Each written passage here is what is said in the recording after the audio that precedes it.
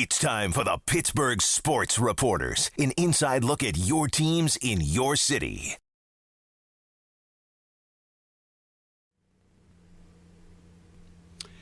Hi, and welcome to Pittsburgh Sports Reporters. I'm Stan Savard of 970 ESPN, and I'm joined today by ex-morning show host Tim Benz, also both of us from the Steelers Radio Network.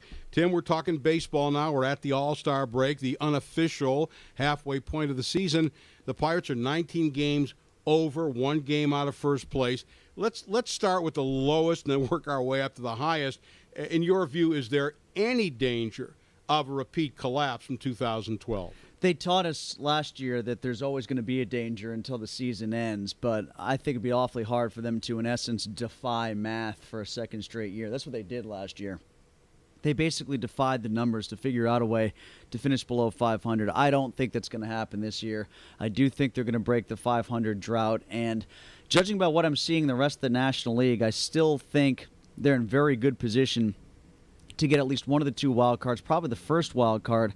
I am starting to feel a little bit threatened by maybe Washington getting a little bit better in the National League East. Maybe it won't be all the teams from the NL Centrals we're thinking at the quarter pole, but I think the playoffs are very well positioned right now for the Pirates, despite their horrible history the last 2 decades of collapsing and wilting in the second half.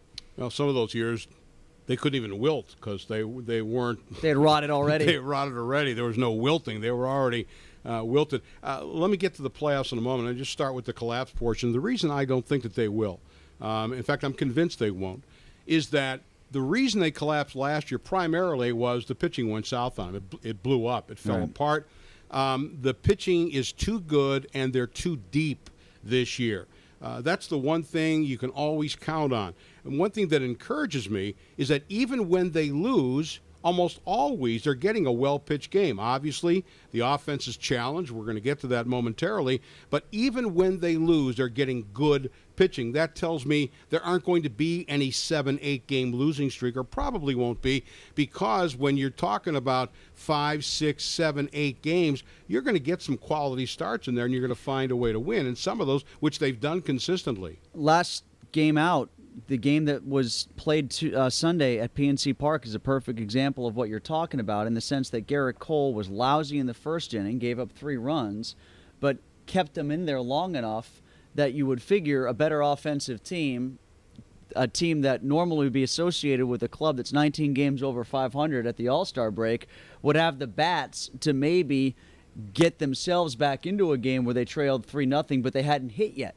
The Pirates are offensively challenged enough that that's not always going to be the case, but I think what happened on Sunday is emblematic of what you're speaking about, insofar as the starter wasn't very good in the top of the first, but they had 9 more frames to catch back up to the team that took the lead, to catch up to the Mets. They didn't do it, but Saturday might be a better example. They didn't hit. They stayed in the game. They stayed in the game, and finally McCutchen tied it with a home run. And they found a way to eke out a win. Again, taking advantage of another good start.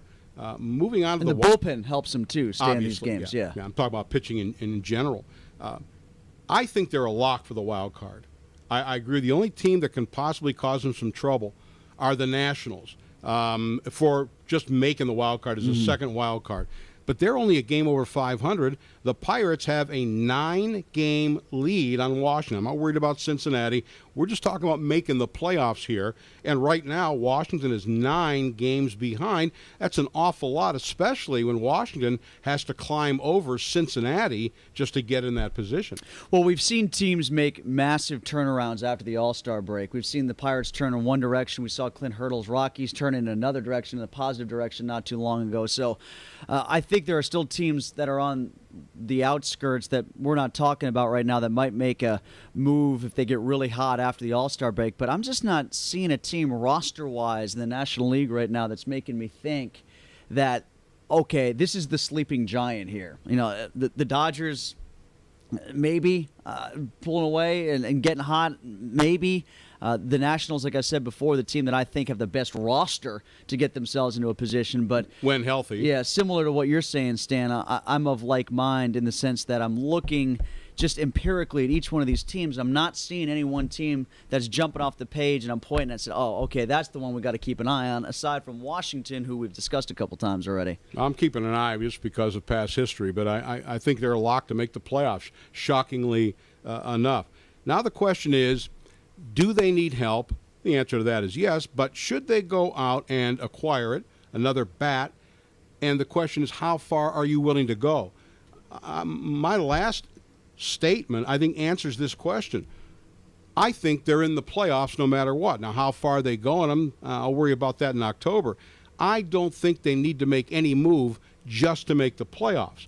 Clearly, they can upgrade. I thought that they would. I still think they're going to make the playoffs with what they have, with the lack of production at first base and in right field. I still think that they'll make the playoffs. I don't think that's an issue any longer. But can they get better? Obviously they can, but how much are you willing to give up?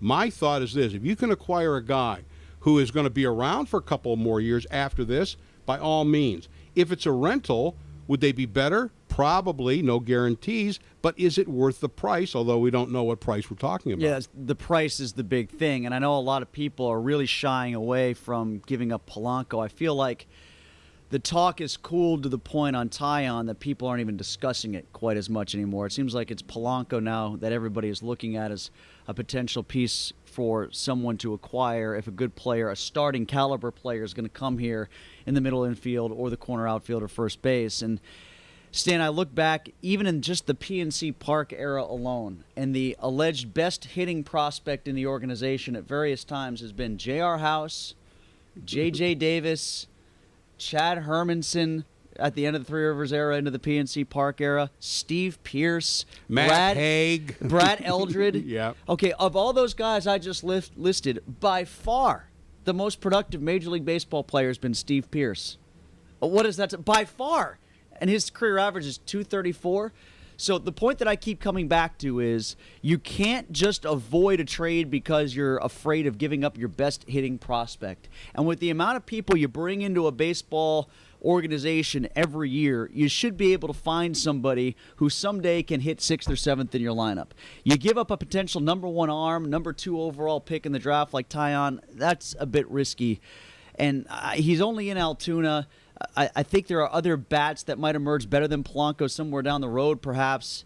I would be willing to listen to trade offers to get a guy who can start and hit 6th this year, hit 5th this year in right field, or a more productive bat in the middle infield. Or first base. Or first base. I think that they could have avoided all this if either Sanchez or Jones had done anything. This constant pinch hitting of Sanchez for Jones. Jones is having a terrible year. Sanchez is worse. He's down in the 220s. Friday night, the guy loads the bases, and he gets the count 2-0, and Sanchez swings at the 2-0 pitch. If you're Babe Ruth, fine. If you're Gabby Sanchez, absolutely not. He's been a big disappointment.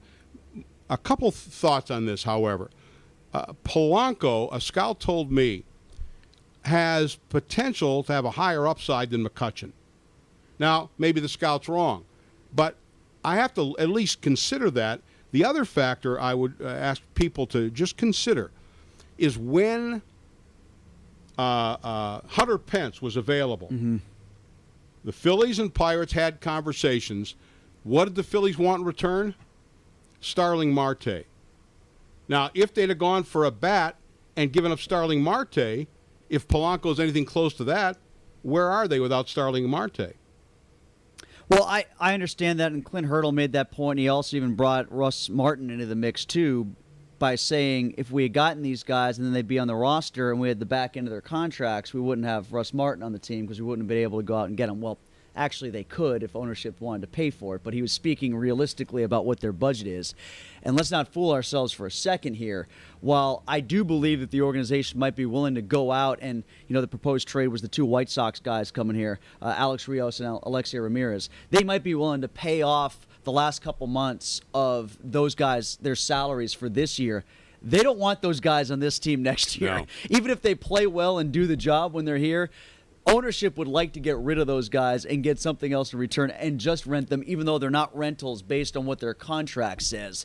So that does come into play. And you're right about that. If people are saying that Polanco is going to be that good, great, but I also wonder if that's because maybe we haven't seen the holes in his game yet. I mean, we're hearing all these things about all those guys that I just referenced to early on in their development. All right, we've got just a little bit of time left. A picture tweeted of the Pouncey brothers, Maurkice of the Steelers and Mike of the Dolphins, wearing free Aaron Hernandez hats. They are friends of his from the University of Florida days and also alleged to have been involved in an incident in a nightclub which ended very poorly. I mean, do you walk around saying a free Adolf hat? I mean, Hernandez. Well, what if you and I walked into his party with free Zimmerman hats?